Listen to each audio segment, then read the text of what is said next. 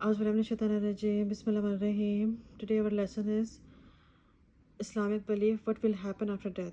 After a person passes away, two angels named Munkar and Nakir will come to him, her in the grave, or if the person is not buried in a grave, then they will come to the person in whatever condition he, she is and ask three questions.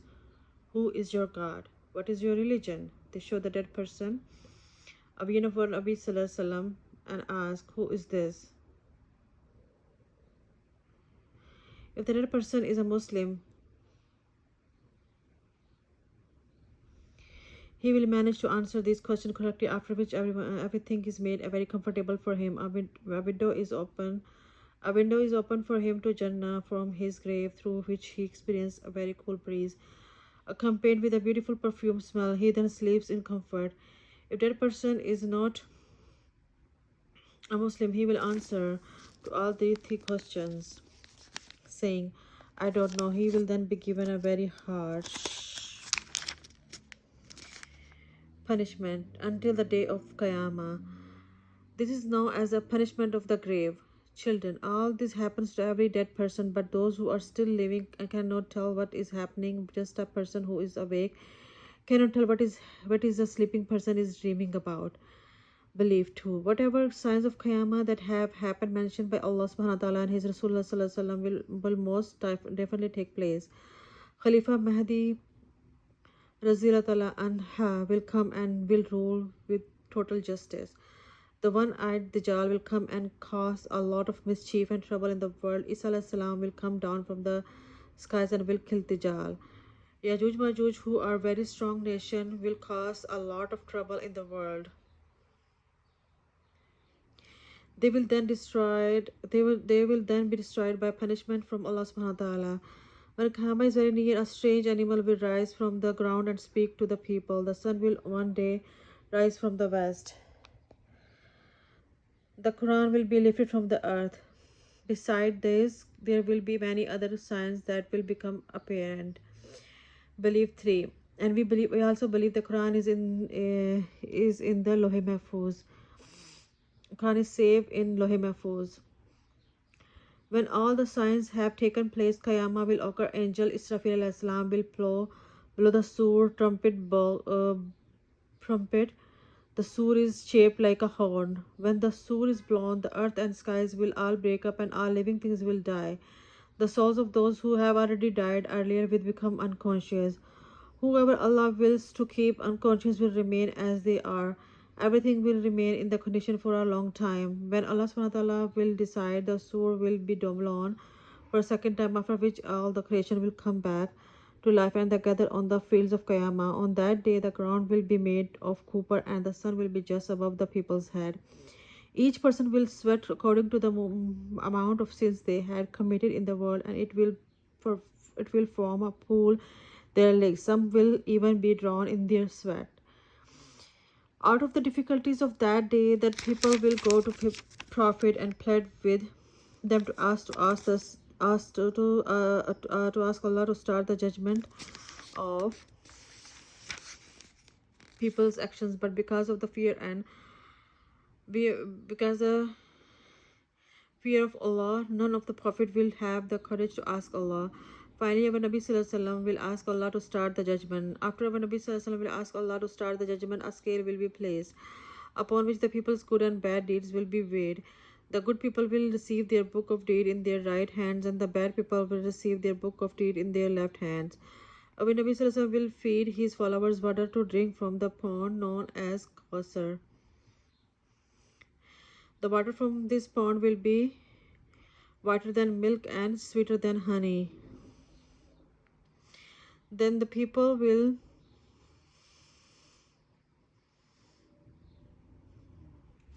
but here some scholars said this is the pound of milk, but it's they mention here the water. Okay, then the people will Abu Nabi Sallallahu will feed his followers water to drink from the pond known as Kausar. The water from this pond will be whiter than milk and sweeter than honey. Then the people will have to cross the bridge known as Sirat. The good people will cross easily and enter into the Jannah paradise. The bad people will fall off the bridge into Jahannam hell. Belief 7. Jahannam, hell, has already been created. In there are snakes and scorpions as well as other things for the punishment of those who are in it. From those who will enter Jahannam, anyone who has even a tiny bit of Iman, faith, will be punished for their bad actions and finally taken out of Jahannam and enter into the Jannah due to the prophets and pious servants of Allah SWT. Asking Allah to have mercy on such a person. Allah SWT will then forgive such a person no matter how bad he may have been in the world. A person who died without even a tiny bit of Iman, such as a kafir, one who doesn't believe in what Islam demands, or mushrik, one who joined partner with Allah, will remain in Jahannam forever. There will be no death in Jahannam. Belief 8. Jannah, paradise, has already been created. There are many types of bounties, luxuries, and comforts in Jannah. There are many types of fruits and rivers. The houses in which people will live are made of gold and silver.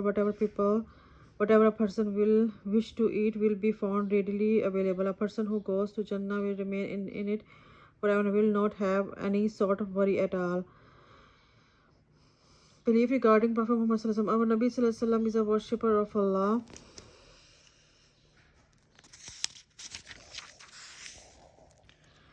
Our Nabi Sallallahu Alaihi Wasallam is the highest of all humans, begins in position. Our Nabi Sallallahu Alaihi Wasallam is the highest in the position among all the prophets. Our Nabi Sallallahu Alaihi Wasallam is free from all sins. The Quran was revealed by Allah to our Nabi Sallallahu Alaihi Wasallam. Allah called our Nabi Sallallahu Alaihi Wasallam into the heavens for Miraj. Allah showed our Nabi Sallallahu Alaihi Wasallam Jannah, paradise, and Jahannam. Miraj is Shabi Isra al Miraj. Allah showed Himself to our Nabi Sallallahu Alaihi Wasallam. That's mean Allah Subhanahu wa Taala have a direct meet up with our Nabi Sallallahu Alaihi Wasallam on Isra, on day of Isra. Allah took our Nabi Sallallahu Alaihi Wasallam for Miraj whilst he was awake. Allah Subhanahu wa Taala granted our Nabi Sallallahu Alaihi Wasallam with miracles. Our Nabi Sallallahu Alaihi Wasallam worshipped Allah a lot. The character of our Nabi Sallallahu Alaihi Wasallam was very high and noble. Allah Subhanahu wa Taala revealed to our Nabi Sallallahu Alaihi Wasallam many things that cannot be seen normally, but our Nabi Sallallahu Alaihi Wasallam was not alimul ghaib, alimul ghaib, nor of the unseen. Allah granted our Nabi Sallallahu Alaihi Wasallam more knowledge than the rest of creation.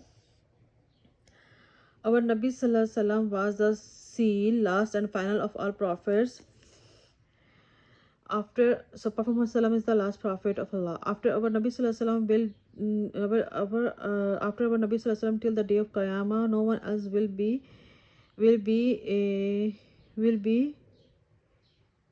a prophet. Isa Alayhi Salam will return to the after our Nabi Sallallahu Alaihi Wasallam till the day of Qiyamah, no one else be the prophet. Isa Alayhi Salam will return to the world but will practice on the teaching of Quran. Our Nabi Sallallahu Alaihi Wasallam is the prophet of all humans and jinn as well. The Prophet Sallallahu Alaihi Wasallam of our Nabi Sallallahu Alaihi Wasallam did not come to the end. The prophethood of our Nabi Sallallahu Alaihi Wasallam did not come to an end. His prophethood will remain until Qiyamah. Those who believe in the Prophet Muhammad, those who believe in other prophets will not be saved from the punishment of Allah unless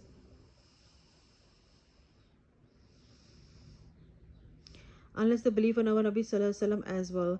The judgment on the day of Qiyamah will begin after our Nabi Sallallahu Alaihi Wasallam will ask Allah to start it. So at this point we should believe all the prophets, and we believe our Prophet Muhammad Sallallahu Alaihi Wasallam as the last prophet. With the permission of Allah, Nabi Sallallahu Alaihi Wasallam will ask Allah to forgive certain sinful Muslims. Our Nabi Sallallahu Alaihi Wasallam is known as a person who will intercede on behalf of the sinful. Allah Subhanahu wa Taala has granted Maqam Mahmud, the paradise opposition to our Nabi Sallallahu Alaihi Wasallam only. Allah has granted the pound of Kawthar to our Nabi Sallallahu Alaihi Wasallam only. It is necessary for us to do those things that our Nabi Sallallahu Alaihi Wasallam has ordered to us. It is necessary for us to stay away from those things that our Nabi Sallallahu Alaihi Wasallam has told us to stay away from. It is necessary for us to accept and believe in those things that our Nabi Sallallahu Alaihi Wasallam has informed us about. It is necessary for us to love Nabi Sallallahu Alaihi Wasallam more than everything, anyone more than ourselves. After Allah, it is necessary for us to respect our Nabi Sallallahu Alaihi Wasallam more than anyone else. Our Nabi Sallallahu Alaihi Wasallam has passed away from this world, but is alive in his grave. This life in the grave is known as Hayatun Nabi. Belief regarding the Salah. Any person who saw Nabi Salah's belief regarding the Sahaba Raztallah anhuma. Any person who saw Nabi Muhammad Sallallahu or came in his presence in the condition that he had Iman, except Islam had passed away with Iman, then such a person is known as a Sahabi, companion of Nabi Sallallahu.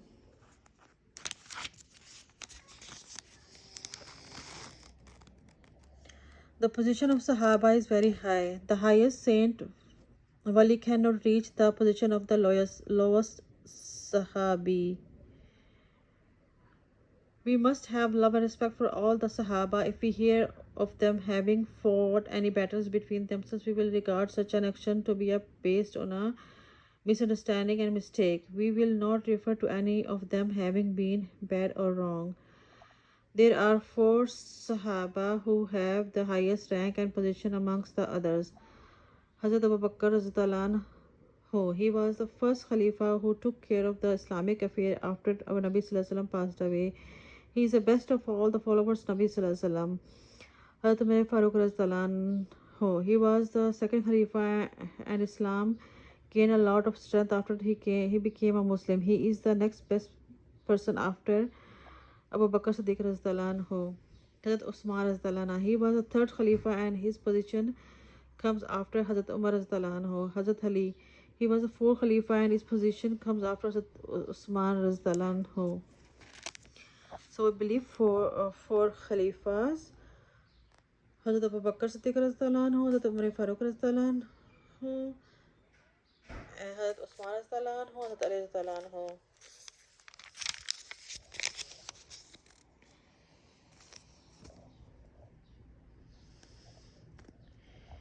These 4 Sahabas were the Khalifa, successor of Nabi Sallallahu Alaihi Wasallam. The duty of a Khalifa was to make the people practice on the teaching of the Quran and Hidayat, to make the people live according to the laws of Sharia, and to look after the Islamic affair of the Islamic empire, those areas ruled by Islam. A Khalifa cannot rule according to his wishes. He does not have the choice to make things halal or haram by his own decision. During the Battle of Badr, the Sahaba were only 313 in number. At the same time, when the Treaty of Hudaybiyah was signed, their total was 1,500. When they conquered Makkah, their total was 10,000. During the Battle of Hunain, their total was 12,000. At the occasion of the Tabuk mission, their total was 70,000. When our Nabi Sallallahu Alaihi Wasallam passed away, the total number of Sahaba was approximately around 124,000. So let's do the questions. What question do Munkar and Nakir ask those who have died, and what are the answers that they receive? Mention the signs of Qiyamah. Mention the sign of Qiyamah. On the day of Qiyamah, who is it that will ask Allah start the judgment? On the day of Qiyamah, which people will receive their book of deeds in their right hands, and which people receive their in their left hands? Beloved children, explain whether Jannah and Jahannam are already created or will they be created later. Also mention what bounties and luxuries are in Jannah, as well as what types of hardship and punishment are in Jahannam. Who were the highest in position for among the Sahaba?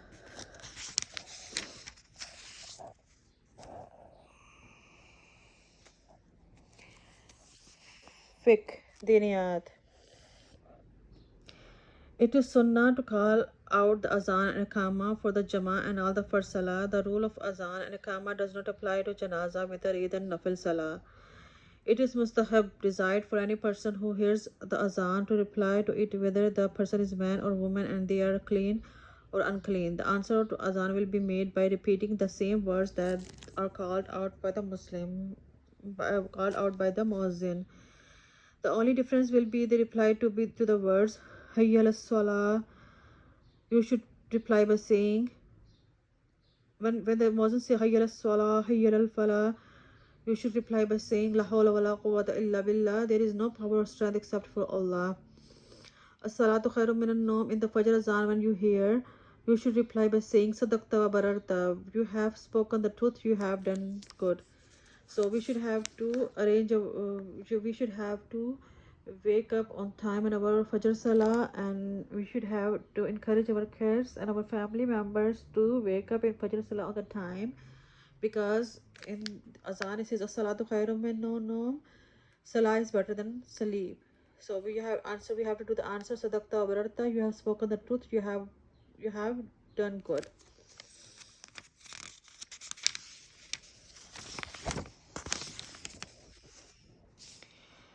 Calling out Azan and Akama is sunnah for men only and not for women. While on journey, a traveler must still call out both the Azan and Akama. It will be permissible to perform Salah after calling out the Akama only, but to leave out both the Azan and Akama is makruh.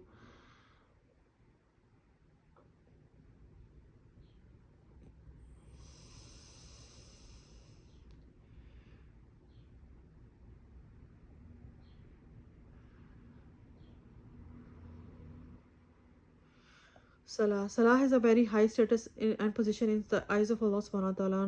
No other act of worship is as dear and beloved to Allah like Salah. Allah has made the performing of 5 Salah daily fard compulsory upon his worshipper. Whoever performs them will earn a great reward, and whoever does not perform them will be very sinful. It is mentioned in our hadith that whoever performs wudu properly and perform his salah will full concentration, then on the day of Qiyamah, Allah will forgive all his major and minor sins and also enter him into Jannah. Rasulullah SAW also said that the salah is a pillar of Islam. So whoever performs salah properly is holding up Islam, and whoever does not perform salah is destroying Islam. Rasulullah SAW said that the salah will be the first action about which we will be asked on the day of Qiyamah, judgment, and the hands, face, and feet of those who perform salah will shine like the sun. Rasulullah SAW also said that those who perform salah will be raised on the day of Qiyamah with the prophets, martyrs, and pious people. Those who did not perform salah will be raised with the evil people like Pharaoh, Haman, and Qarun. That is why it is important to perform salah, because what can be worse than being raised with such bad and evil disbelievers? A person who does not perform salah is like a disbeliever. A person who does not perform salah is linked to a disbeliever. We seek the protection of Allah. Not performing salah is a very bad action. Salah is the first and most important fard of Islam. It is greatest pillar of Islam. It is known as miraj of a believer. Not performing it is regarded as the destruction of a person, and one who does not perform it is regarded as an open sinner. Not accepting it is a fard is regarded as a kufr, disbelief. May Allah save us, protect us. So namaz is second pillar of Islam. We should have to perform our salah on time. The types of salah: fard, wajib, sunnah, nafal. There are 5 salah that are fard. So we should have to note this: fard salah, wajib salah, sunnah salah, and nafal salah. 5 daily salahs: Fajr, Zuhur, Asr, Maghrib, Isha. Fajr, time of salah, from Subah Sadiq through dawn until sunrise. Zuhur, from the time the sun begins to dawn after reaching its middle point in the sky until the shadow of anything becomes twice its size, without counting the size of the shadow that was present at midday. Asr, from the time the shadow of anything becomes twice its size, without counting the size of the shadow that was present at midday until sunset. Maghrib, from sunset until the white twilight disappear. Isha, from the time the white twilight disappear until Subah Sadiq to dawn. Explanation: Subah Kazib falls dawn approximately 1.5 hours before sunrise. A whiteness rises vertically straight up in the east. This whiteness disappears after a little while. This is known as a Subah Kazib, false dawn. Subah Sadiq, true dawn. After the After the whiteness of false dawn disappears, another whiteness rises and spread to the right and left on the eastern side of the sky. It does not rise high and thin like the false dawn. This whiteness is known as Subah Sadiq, true dawn. The time of Fajr Salah begins at Subh Sadiq and lasts until the sun rises. Once the edge of the sun rises comes up, the time of Fajr ends, midday noon. From the time the sun rises until it reaches its middle point in the sky, the shadow of everything gets shorter. When the shortener of the shadow stops, the time known as a midday noon, when the shadow begins lengthening. When the shadow begins lengthening in the other direction, then the day is beginning to end. Since the sun is now on its way to set, this is also known as the wall moving away of the sun from the position of midday. So inshallah we will continue our lesson tomorrow. So if you like my video, please like, subscribe and share, and comments, write a comment. Thank you so much. Allah Hafiz. Assalamu alaikum.